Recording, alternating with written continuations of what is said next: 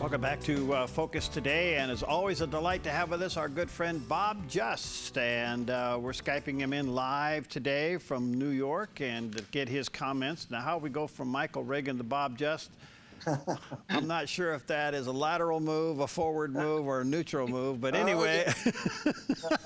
That's a downward spiral, Perry. I don't think so. How are you, buddy? Good to see your smiling face. I am doing well, likewise to you. Good. Welcome back. Boy, a lot going on. Momentous week and momentous day today. Martin Luther King Jr., of course, day. Yeah. We played part of his I Have a Dream speech, that famous speech. You know, as a little bit of comment there, Bob, how would you think that Martin Luther King Jr. would respond to Black Lives Matter? Oh, he would hate it. I'm no question in my mind. I mean, the thrust of King's movement was Christian. It was the black churches, combined with many white churches, of course, that and liberals. You know, the left was certainly involved in it, but he would hate it. He was a Christian first. I believe that to be true. Yeah, it's kind of interesting, isn't it? So. Well, listen, it's a big week.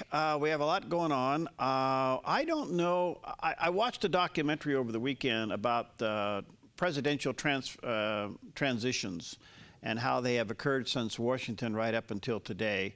And the job has grown to such enormous proportions. I don't know if the average citizens realize how big the job of President of the United States really is. And I say this with great respect. I don't mean to be condemning anyway, but it appeared to me as I'm watching this that Barack Obama was just flat in over his head. I don't know if he was properly prepared to become president of the United States. I don't know if anybody really is, but in this case, he was so far in over his head.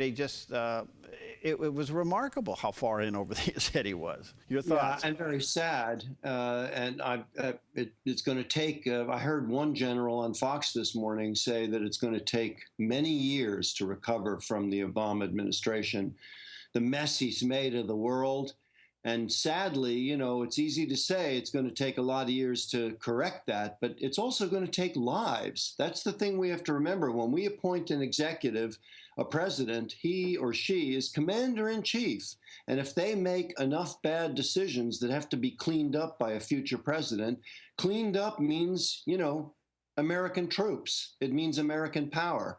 And sadly, of course, when conservatives are in the process of doing that to save the country, the left is going to cry bloody murder, and you're going to see the peace marches, and they're going to act like we're warmongers when they've made a mess of the world. That's very sad, and I agree with you totally about Barack Obama. He's not an executive personality. He's not a decision maker, and we're going to, luckily, come Friday, we're going to have a real decision maker in office. All right, so how do you, I mean, you're a Democrat, and I realize you're an old school Democrat, but how does your party justify this illegitimacy attempt on his presidency before he's inaugurated and all the demonstrations that are going to take place this week? Well, Perry, you know, it's sad to say, and you know, this is what I write about on DemocratsForAmerica.com. The reality is that my party is controlled by the hard left. You can use the word socialist, in my opinion. You can use, for many of them, you can use the word communist. But they are anti-American and hard left. They're globalist and socialist, et cetera, et cetera. So it's becoming very clear to me with the effort to compromise the Trump administration in any number of ways, and with the CIA, sadly, getting involved in that. And I want to talk about that later if we have time, because there's a very serious chess game going on to prepare the left for its attack on Trump when he's in power and starts to pick his own people for the CIA and, you know, intelligence services.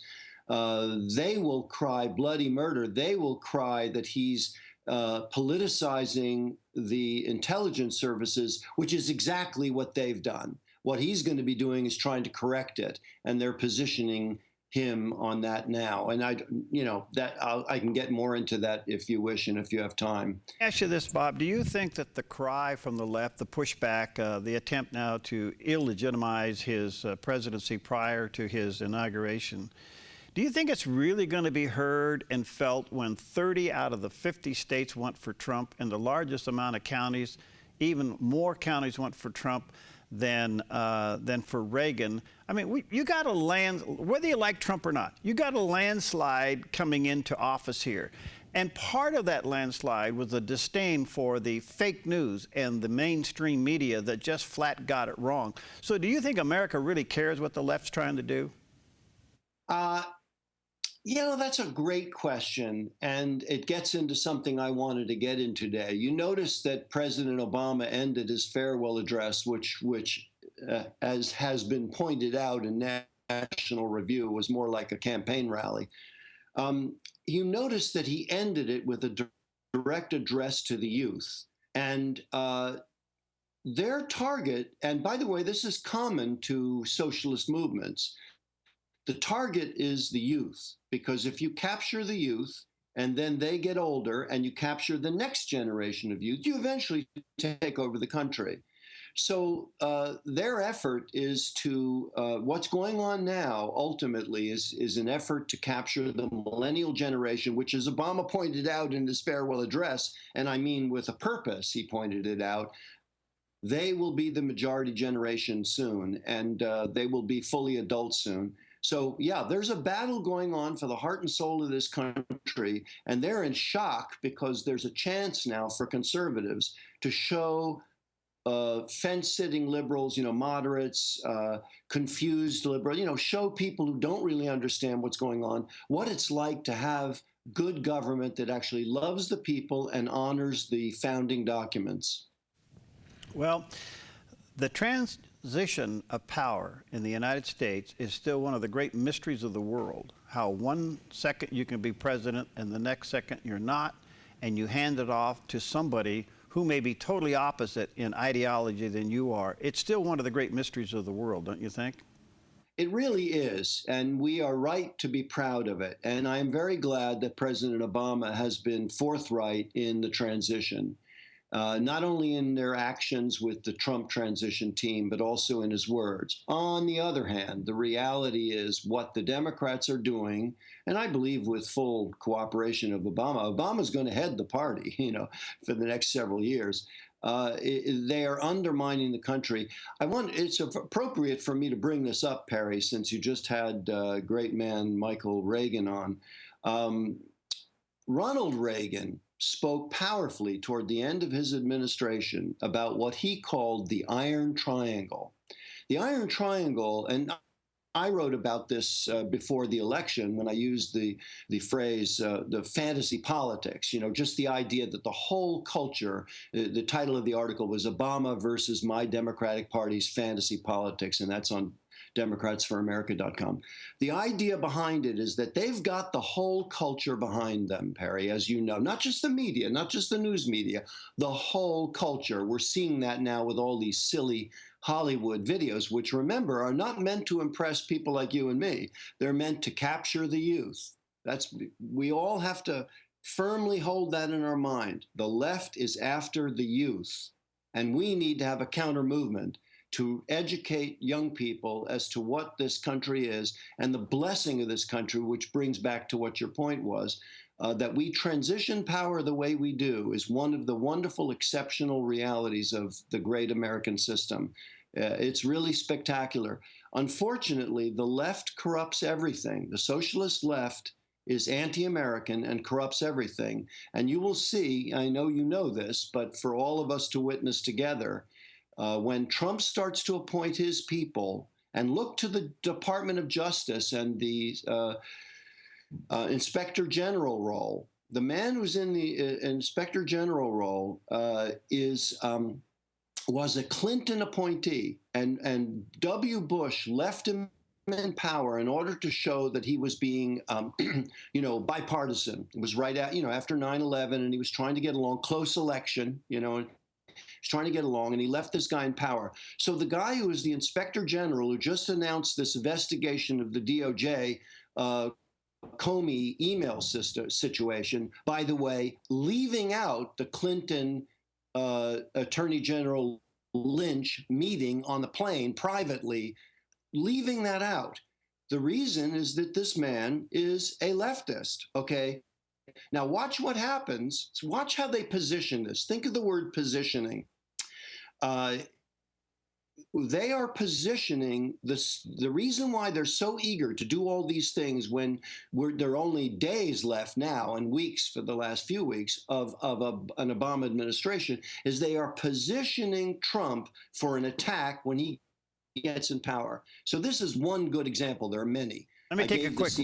Let me take a quick break. Bob Justice with us, and you can go to bobjust.com. That's his website. Let me take a quick break. We'll be right back.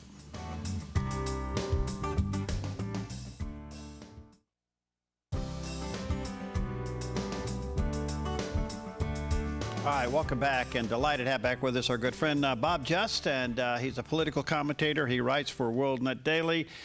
You can go to bobjust.com and check out a lot of his articles.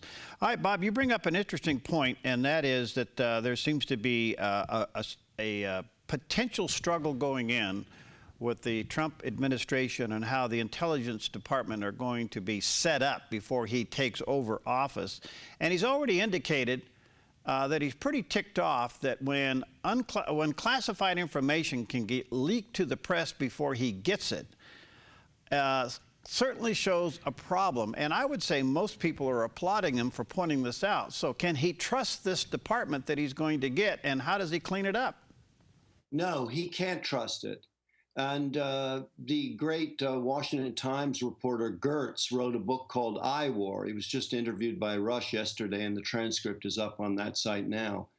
And he talks about the fact that Clapper, who's a liberal left guy, has been stuffing the CIA with liberal academics, and they just simply pull them out of liberal academia, give them a quick course in clandestine services, and pop them in the CIA. The CIA and other intelligence services, I'm sure, have been corrupted. And that's why they're so eager to position these issues now. With and getting back to what I was saying about the DOJ, because it's a simple, clear example. The DOJ, this guy Glenn Fine, who again is a Clinton appointee, announces that he's doing an investigation.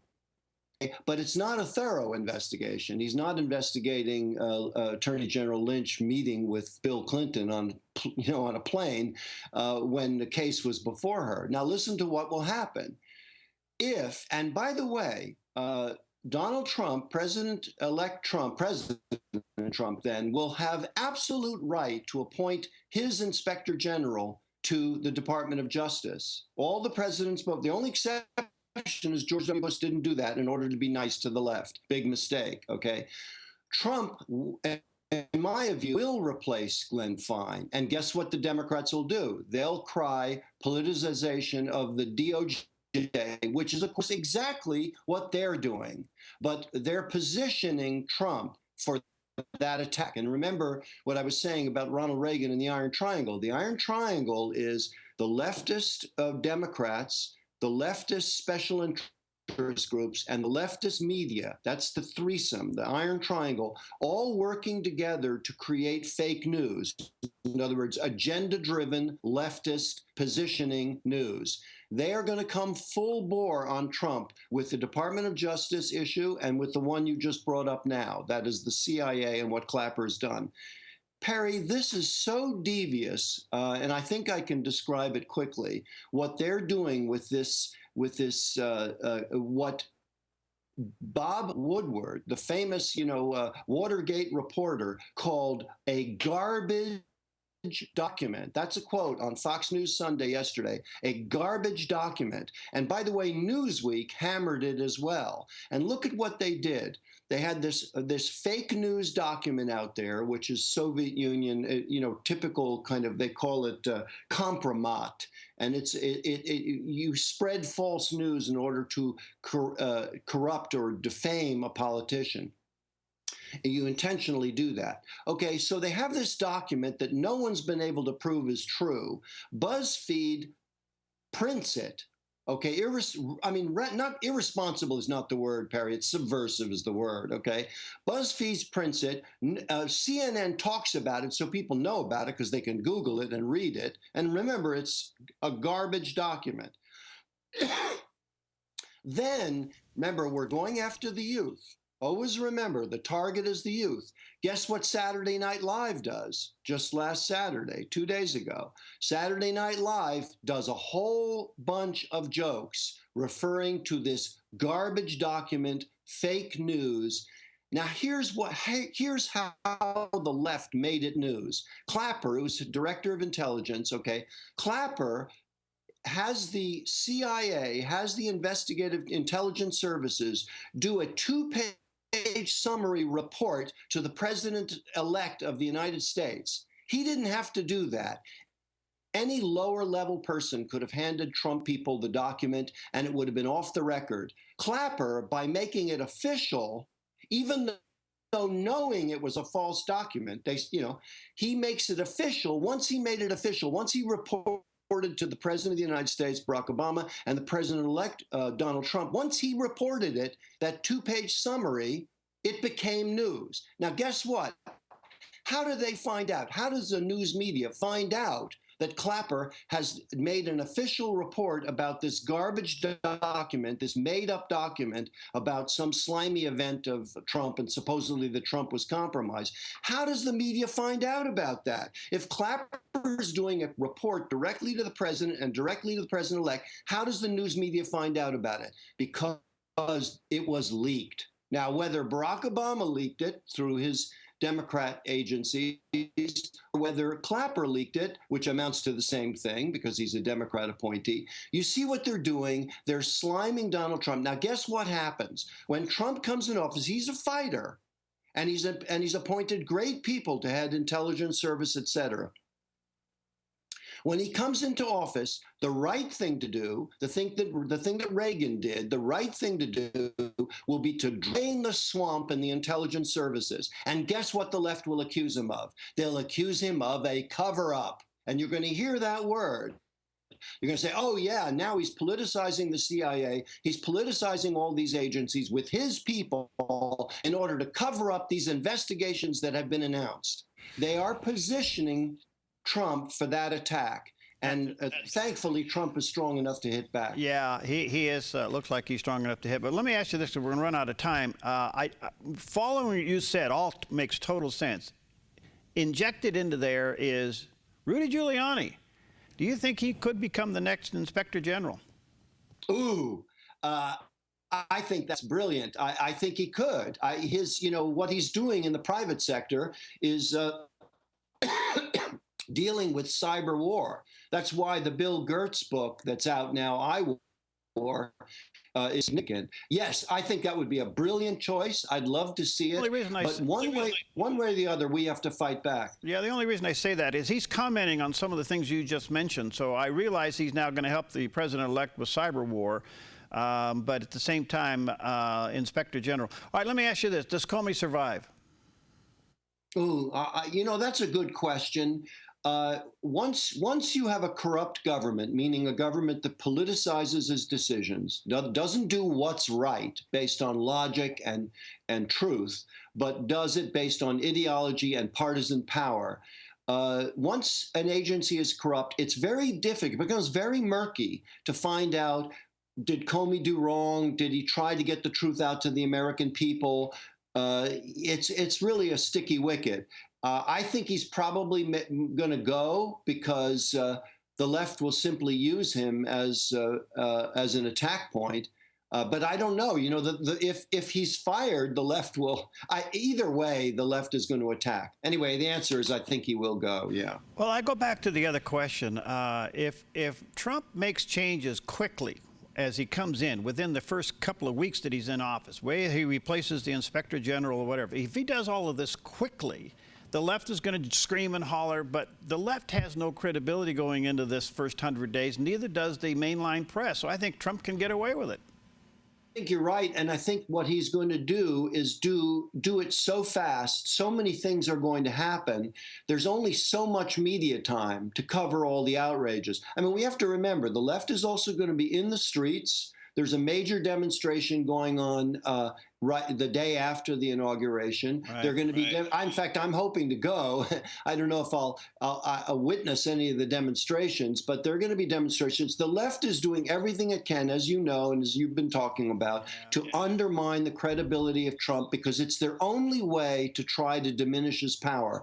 Otherwise, the Republicans now control all the levers of power. All right, got to go, Bob. BobJust.com or DemocratsForTheUSA.com. And I'll get your comments, because I'll make you a little quick prediction. When Hillary and Bill walk down the steps for the inauguration of the platform, you'll hear a bunch of cheering going on. Yeah. One more time in front of the camera for him. God bless you, buddy. Good to see you. With you, Perry. Bye-bye. All right, we'll see you next time on Focus Today.